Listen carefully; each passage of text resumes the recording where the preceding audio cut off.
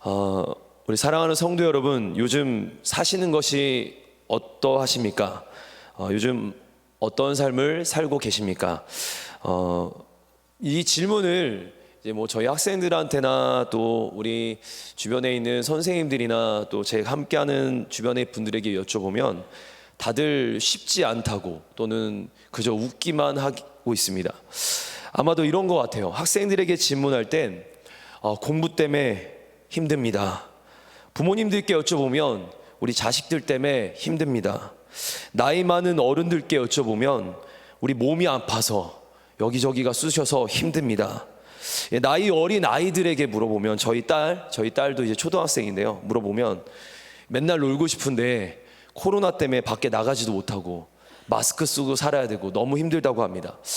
어디든 물어보면 다들 자기 자신이 생각할 때 다들 힘들다고 얘기합니다.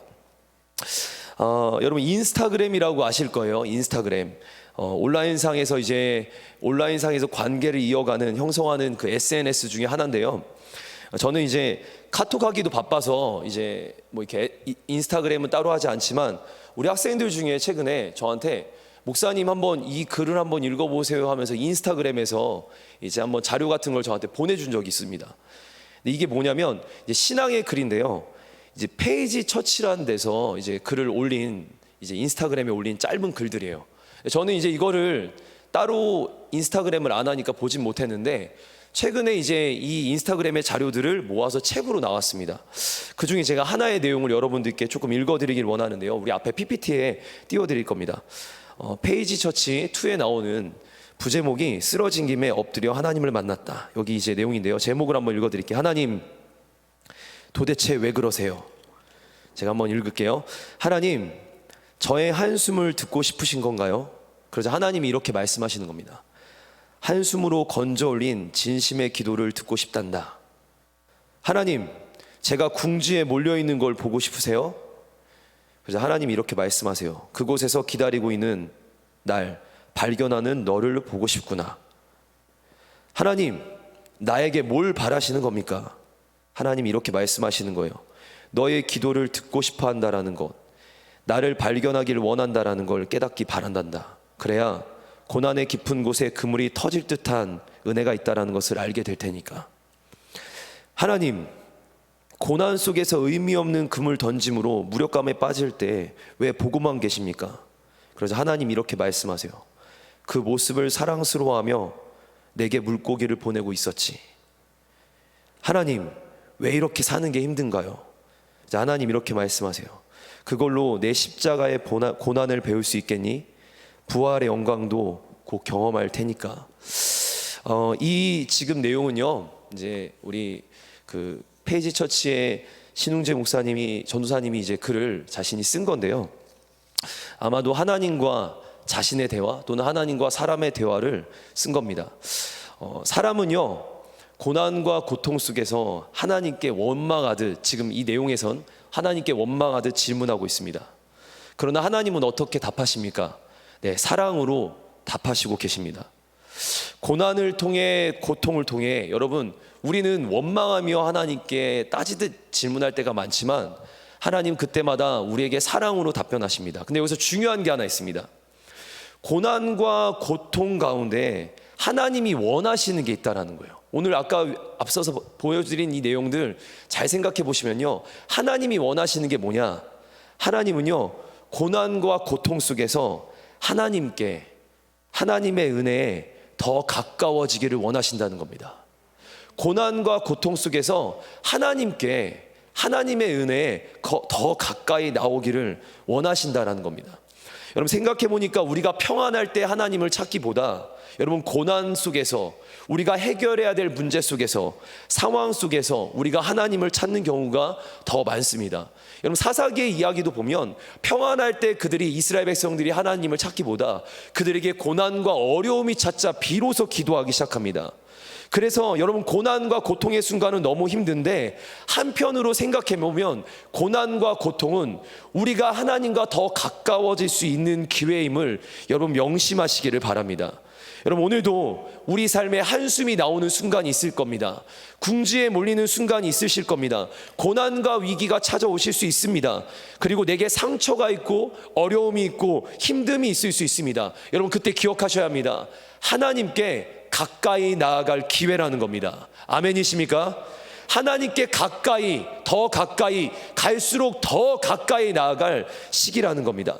오늘 저는 이제 우리 이 땅 가운데 너무 많은 고난의 문제들이 있어요. 어린 아이부터 시작해서 우리 노인에 이르기까지 다 물어보면 힘들고 어렵다, 고난이다 라고 얘기하는데, 이 고난에 대해서 저는 로마서 1장 2절부터 4절 말씀을 통해, 그래, 고난 속에서도 복음으로 승리할 수 있다. 아멘이십니까? 고난 속에서도 복음으로 이길 수 있다.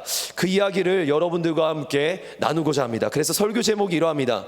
고난 속에 복음을 붙드는 신앙. 우리 그런 제목을 통해서 여러분들과 함께 말씀 나누기를 소망합니다. 이 시간 여러분, 제가 하나의 질문을 한번 드려볼게요. 여러분, 복음이 무엇입니까? 복음. 교회에서 정말 많이 사용되는 단어 복음. 우리 사랑하는 성도 여러분, 내 삶을 통해 또 내 신앙에 내가 표현할 수 있는 수없는 표현으로 복음을 어떻게 표현하실 수 있습니까? 이제 복음이란 단어를요, 헬라어로는 유앙겔리온이라고 하고요, 영어로는 굿뉴스라고 합니다. 이제 한국어로 말하면 좋은 소식, 기쁜 소식이라고 얘기합니다.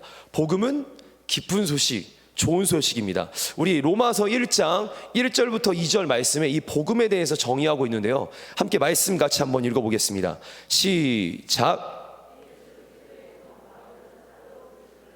하나님의 복음을 위하여 택정함을 입었으니 이 복음은 하나님이 선지자들을 통하여 그의 아들에 관하여 성경에 미리 약속하신 것이라. 여러분, 말씀에서요 복음이 뭔지 명확하게 이야기하고 있습니다. 2절 말씀을 잘 보면요, 잘 보세요. 복음은 그리고 뒷절에 보니까 하나님의 선지자들을 통하여 그의 아들에 관한 이야기다라고 얘기합니다. 복음은 그의 아들에 관한 이야기다. 다른 말로 복음은 예수 그리스도의 이야기입니다. 여러분, 다른 게 아니에요. 복음은, 기쁜 소식은 예수 그리스도가 우리에게 기쁜 소식이 되는 겁니다. 복음은, 우리에게 기쁜 소식은 바로 예수님이 우리와 함께 하시는 게 기쁜 소식이 되는 겁니다. 한번 따라해 보겠습니다. 복음은, 더 크게, 복음은 예수 그리스도십니다. 예수 그리스도십니다. 복음은 예수 그리스도십니다. 예수 그리스도십니다. 말씀이 그렇게 가르치고 있습니다. 아멘. 여러분, 우리가 이 복음을 모르지 않아요.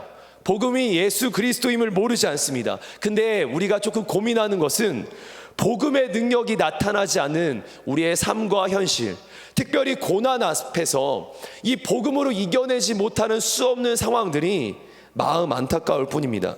사랑하는 성도 여러분, 잘 한번 기억하십시오. 복음은요, 우리가 아는 것을 넘어서 체험하고 깨달을 때 능력이 됩니다. 복음은요, 아는 거, 그냥 내가 복음을 알아, 이 정도 말고요, 어떤 지식적인 부분에서 아는 거 말고 그걸 아는 것에서 이제 체험하고 깨달아질 때 능력이 됩니다. 여기에 한 사람이 있습니다. 이 사람은요, 십자가를 알아요.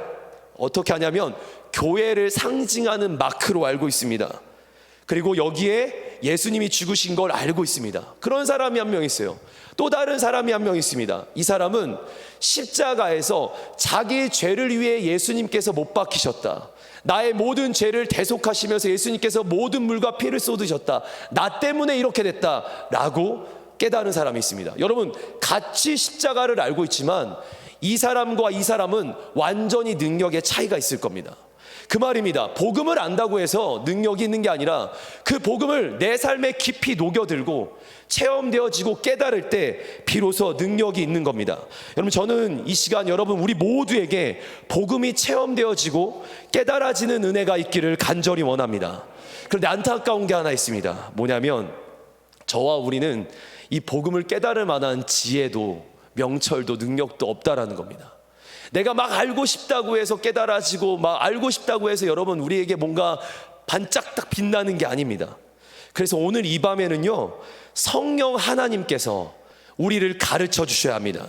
성령 하나님께서 우리에게 복음을 가르치시고 깨닫게 하시는 은혜가 있어야 될 줄 믿습니다. 내가 찾아서 얻어지는 게 아니라 하나님이 계시하고 말씀하실 때 내게 복음이 능력이 됩니다. 한 번 더 같이 한번 따라하겠습니다. 주여, 주여, 주여, 내게 말씀을 주옵소서. 내게 말씀을 주옵소서. 주여, 주여, 나를 가르치소서. 나를 가르치소서. 다시 한번 주여, 주여, 나를 가르치소서. 나를 가르치소서. 우리가 오늘 말씀을 통해 성령 하나님의 가르치심을 통해 주께로 더 가까이 나아가는 은혜가 있기를 도전합니다. 아멘이십니까?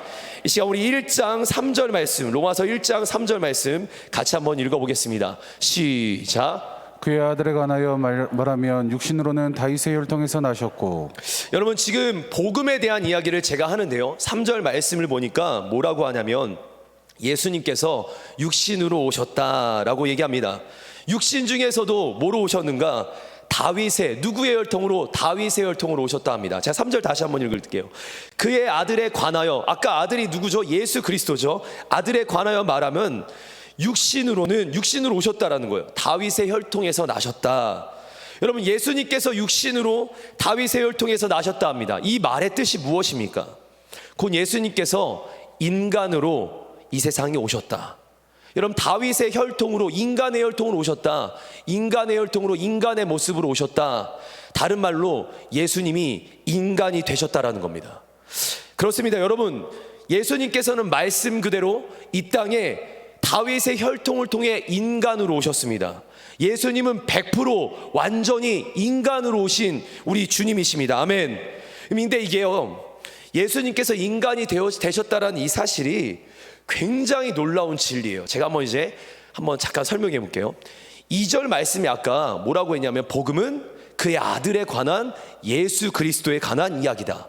복음은 뭐죠? 기쁜 소식, 좋은 소식이 지금 아들 예수 그리스도의 이야기다. 근데 예수 그리스도의 이야기가 3절에 뭐라고 나오냐면 인간으로 오신, 다윗의 혈통으로 오신, 인간으로 오신 예수 그리스도의 이야기다. 이걸 뒤집어서 설명해 볼게요. 인간으로 오신 예수 그리스도가 우리에게 기쁜 소식이랍니다. 인간으로 오신 예수 그리스도가 우리에게 좋은 소식이랍니다. 여러분, 예수님께서 인간이 되신 것이 왜 우리에게 복음, 기쁜 소식이 됩니까?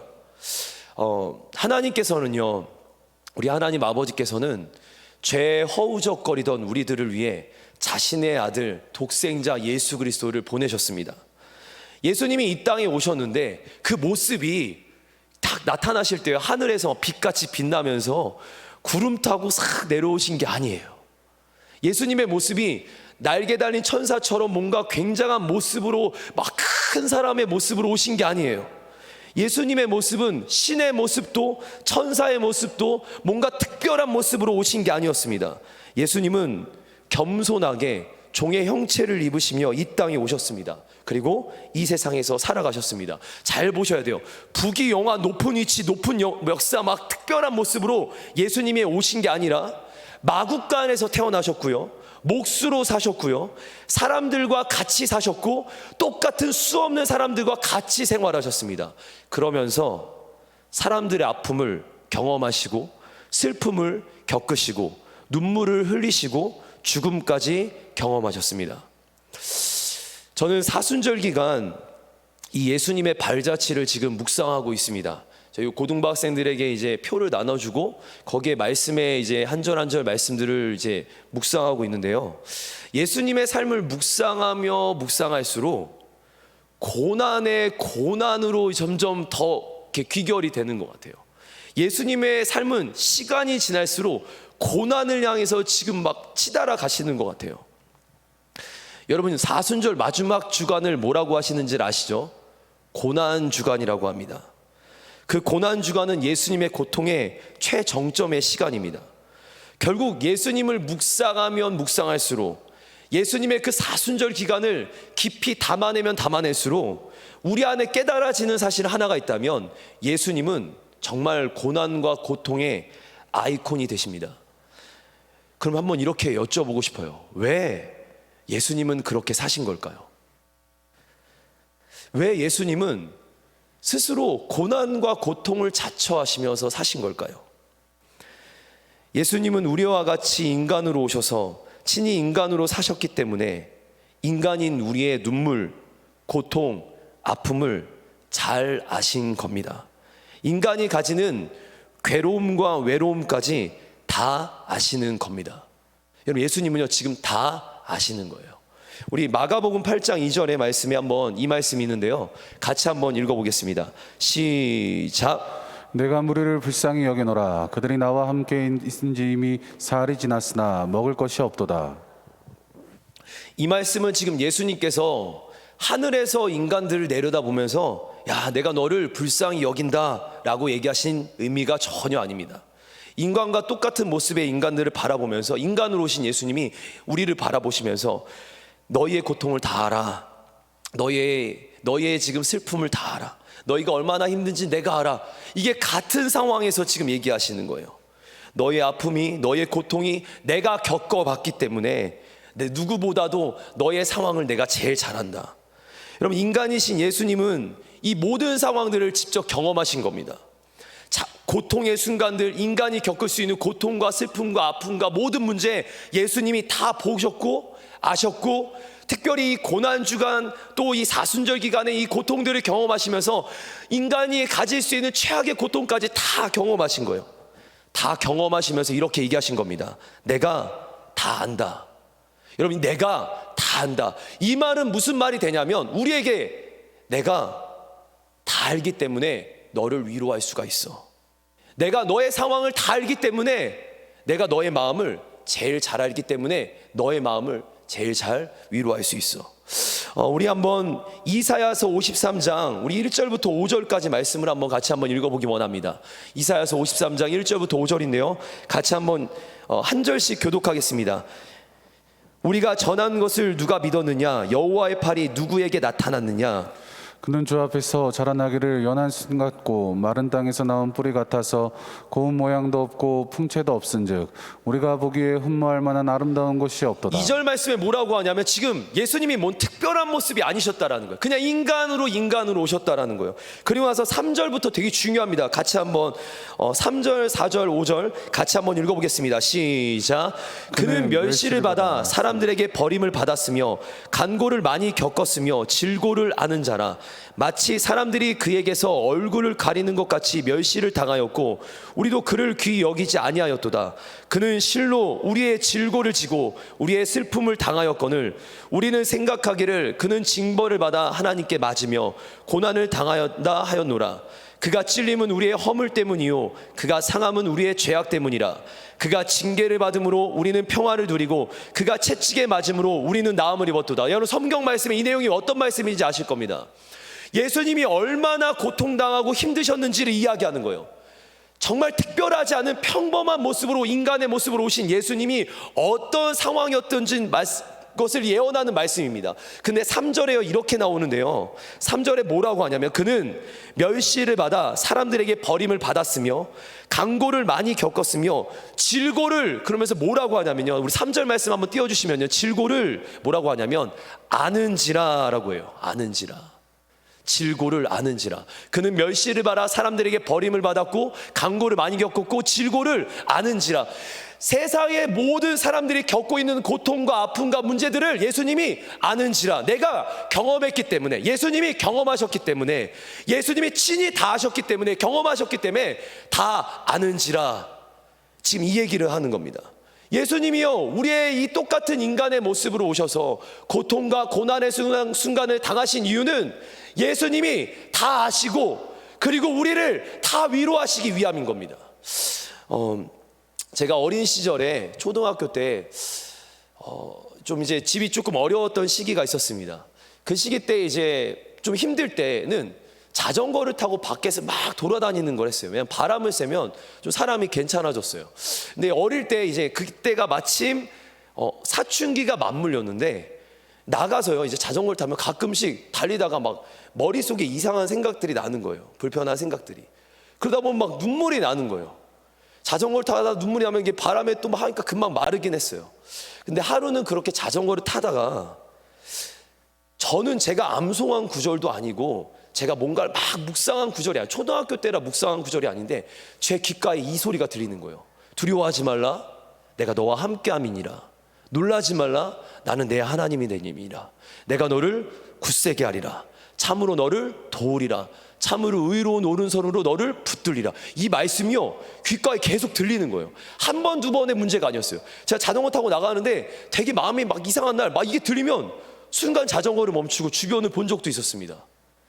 아마도 저를 위해서 아침마다 새벽마다 끝나고 제 머리에 기도하셨던 부모님이 계속 선포하셨던 말씀이지 않았을까. 또는 제가 설교 말씀 속에서 들었던 말씀이 제 안에 담겨져 있다가 이렇게 뿜어져 나온 게 아닐까라는 생각을 합니다. 근데 중요한 건 그 당시에 제가 느꼈던 감정이 뭐였냐면, 이 말씀이 딱 선포되어지는데 제게 이런 느낌으로 다가왔어요. 유구나, 내가 다 알고 있어. 내가 너의 하나님이 되어줄게. 내가 너를 붙들어 줄게. 내가 너를 도와줄 거야.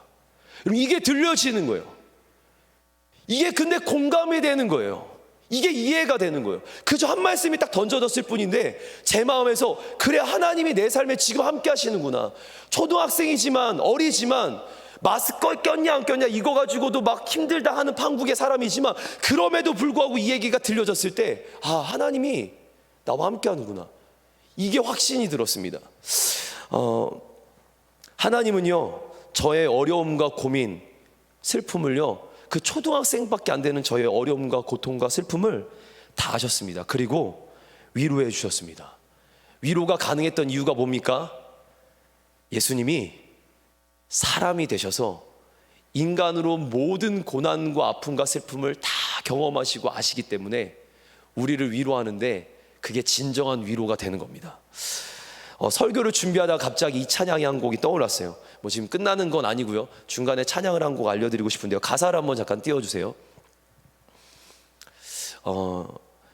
제가 한번 가사를 한번, 네, 요 앞에 찬양, 예, 제가 한번 이렇게 불러드릴게요. 혼자서만 세상을 사는 듯이 주가 멀어 보이기만 할 때. 이 찬양이 이제 우리 학생들이 부르는 찬양이라 이제 혹시 모르실까봐 제가 가사를 불러드립니다. 혼자서만 세상을 사는 듯이 주님께서 멀어 보이는 거예요. 왜냐하면 힘드니까, 어려우니까. 우리는 바라보아야만 하네, 우리에게 오셨던 그 주님을. 누구예요? 지금 인간으로 오신 주님을 얘기하는 겁니다. 우리에게 오셨던 그 주님을. 주님이 우리의 아픈 마음 아시네. 어떻게 해요? 가까이서 우리의 마음에 공감하시는 거예요. 왜 그게 가능하죠? 인간으로 오셨기 때문에. 아까 말씀드린 그 앞에 가사처럼 인간으로 오셨기 때문에. 우리 가운데 찾아오셨던 그 주님이 우리의 모든 상황에 공감하시는 겁니다. 주님이 우리의 아픈 마음 아시네. 가까이서 우리의 아픔에 공감하시네.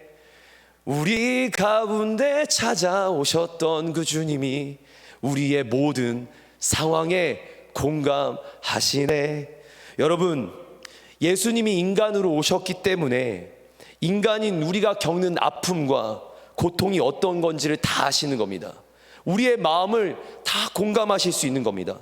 때론 나의 가족에게도, 때론 나의 아내에게도, 남편에게도, 부모님에게도 말 못하는 그 상황들, 여러분, 그 모든 상황과 아픔과 문제까지도 주님이 다 아시고 다 공감하실 수 있다는 겁니다. 내 마음을 누가 제일 잘 아십니까? 우리 주님이 제일 잘 아시는 겁니다. 그래서 복음, 기쁜 소식, 예수 그리스도, 예수님, 그 예수님의 이야기, 그 첫 번째, 예수님이 인간이 되심이 우리에게 기쁜 소식이 되는 겁니다. 예수님이 인간이 되신 건 우리와 함께 하신다라는, 우리의 모든 걸 이해하시고 공감하신다라는 기쁜 소식이 되는 겁니다. 여러분, 기대하십시오. 주님이 우리와 함께 하시고 우리의 삶에 끊임없이 공감하시고 위로하고 계십니다. 아멘이십니까? 그리스도인들은 바로 이 복음을, 예수 믿는 사람들은 바로 이 복음을 믿는 겁니다. 아멘이십니까? 예수님이 인간이 되심을 믿으십니까? 믿으십니까? 주님이 우리를 제일 잘하신다라는 걸 확신하십니까? 그래서 힘내시기를 바랍니다. 주님이 우리를 제일 잘하십니다. 분명한 사실 하나는요, 우리의 상황을 누구보다도 주님이 잘 아시는데요, 그런데요, 공감에서만 끝나고 위로에서만 끝나지 않습니다. 공감에서만 위로해서만 끝나지 않고요. 우리 다음 말씀, 우리 4절 말씀 함께 같이 한번 읽어보겠습니다. 4절 말씀 우리 같이 한번 읽어봅니다. 시작. 성결의 영으로는 죽은 자들 가운데서 부활하사 능력으로 하나님의 아들로 선포되셨으니 곧 우리 주 예수 그리스도시니라. 여러분 4절이 말하는 내용이 뭡니까? 인간으로 오신 예수님이요, 인간으로 오신 예수님께서 죽으셨대요. 근데 죽으셨는데 부활하셨답니다. 그래서 하나님의 아들로 인정이 됐다고 합니다. 예수님이 하나님의 아들이신 것이 증명되는 순간이에요. 다른 말로 말하면, 좀 쉽게 말하면 예수님이 하나님이신 게 보여진 겁니다. 어떤 사건을 통해서요? 부활의 사건을 통해서. 부활의 사건을 통해서. 그럼 이제 제가 다시 한번 설명해 볼게요. 기쁜 소식, 좋은 소식을 뭐라고 하죠? 복음. 복음은 아까 2절 말씀에 뭐라고 했죠? 예수 그리스도.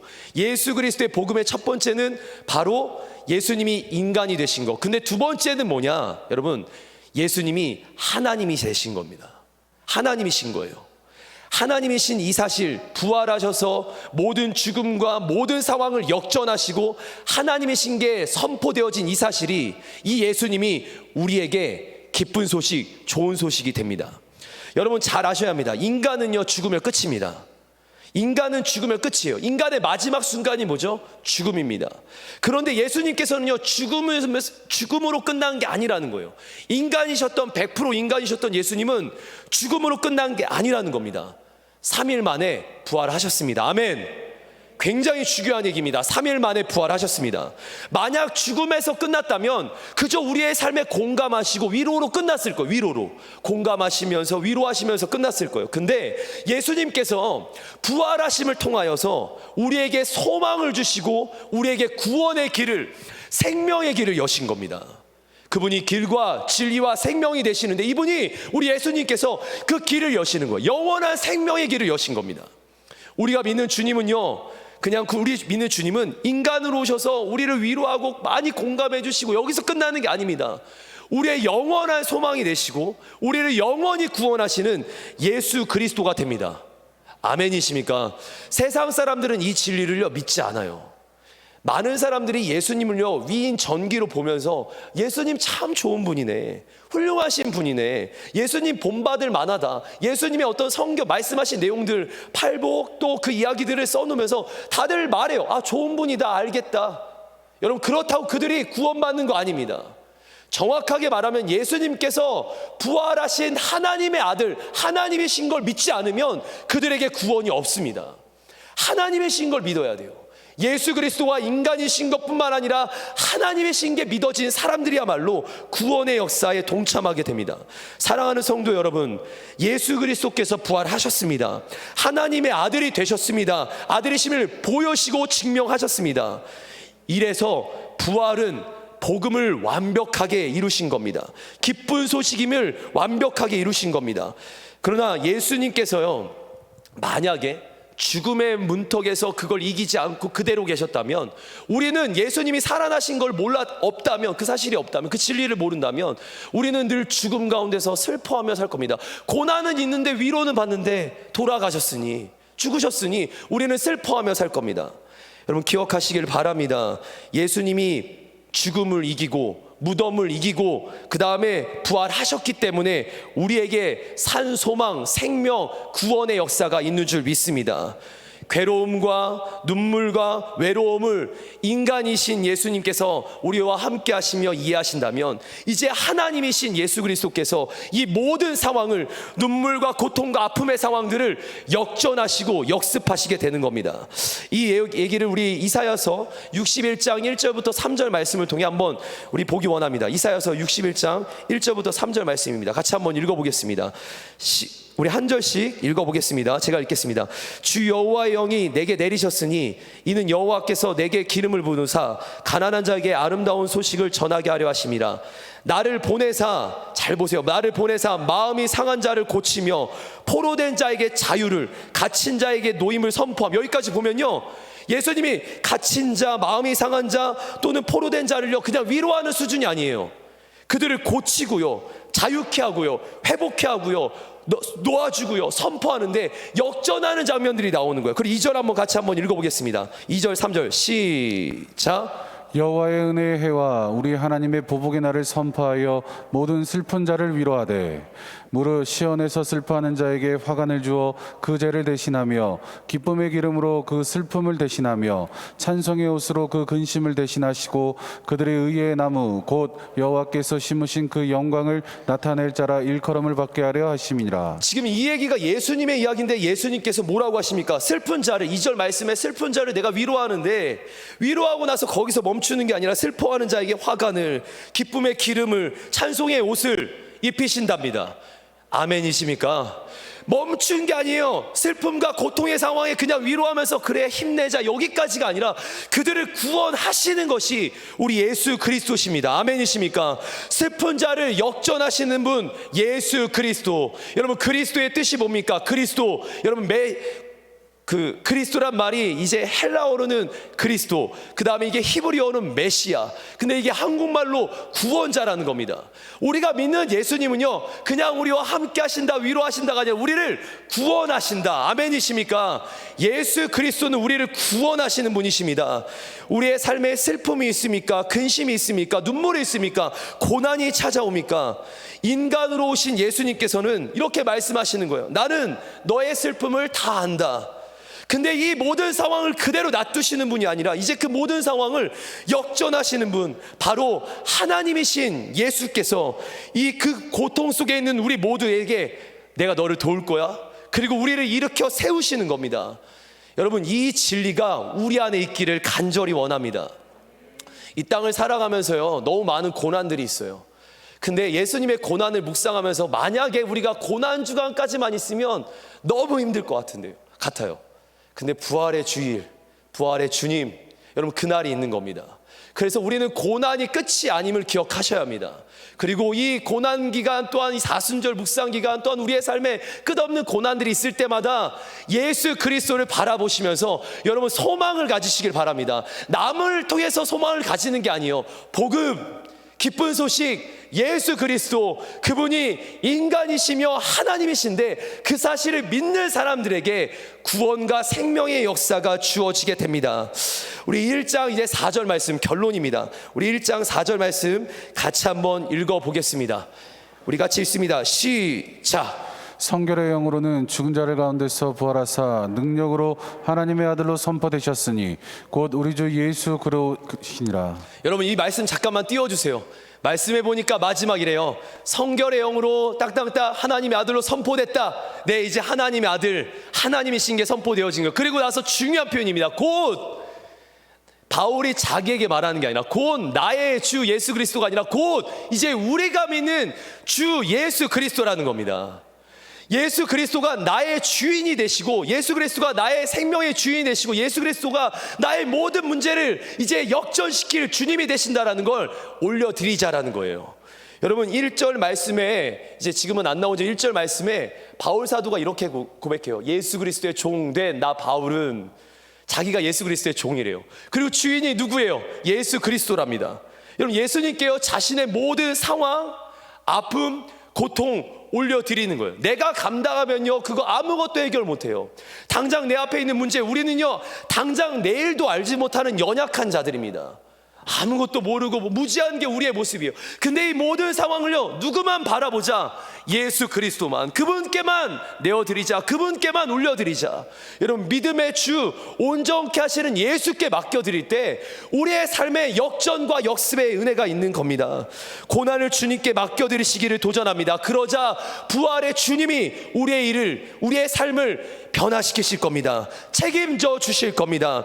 우리의 주님은 그래서 예수 그리스도, 예수 구원자가 되시는 겁니다. 우리 그 복음을 믿고 모든 고난 속에서 승리하는 성도님들 되시기를 축복합니다. 특별히 사순절 기간 동안, 이 기간 동안 예수님을 묵상하시면서, 우리 그 고통을 묵상하시면서 나 때문에 이렇게 고난의 고통의 이 위기를 예수님이 담당하시는구나 끊임없이 묵상하시면서 거기서 멈추시지 마시고 그 예수님을 더 바라보시면서 부활의 주님까지 이어지는 은혜가 있기를 도전합니다. 여러분, 제가 마지막으로 이거 할 텐데요. 우리 목사님들은 나와 주시고요. 제가 이제 질문을 드릴 거예요.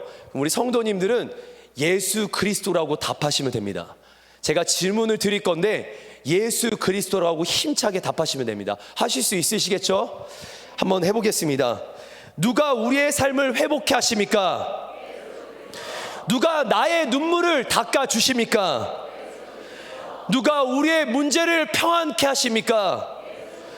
누가 우리의 고난을 역전시키십니까? 누가 우리의 주인이십니까? 믿으십니까?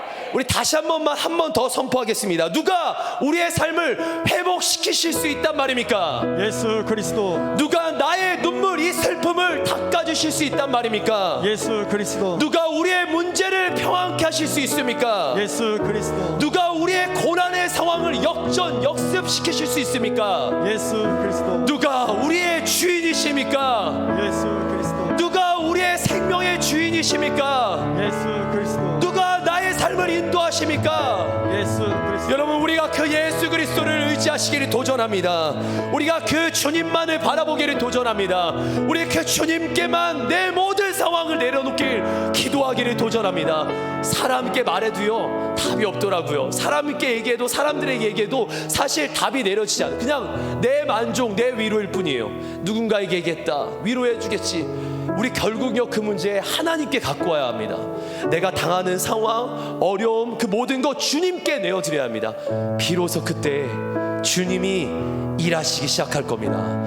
우리 같이 한번 찬양하겠습니다.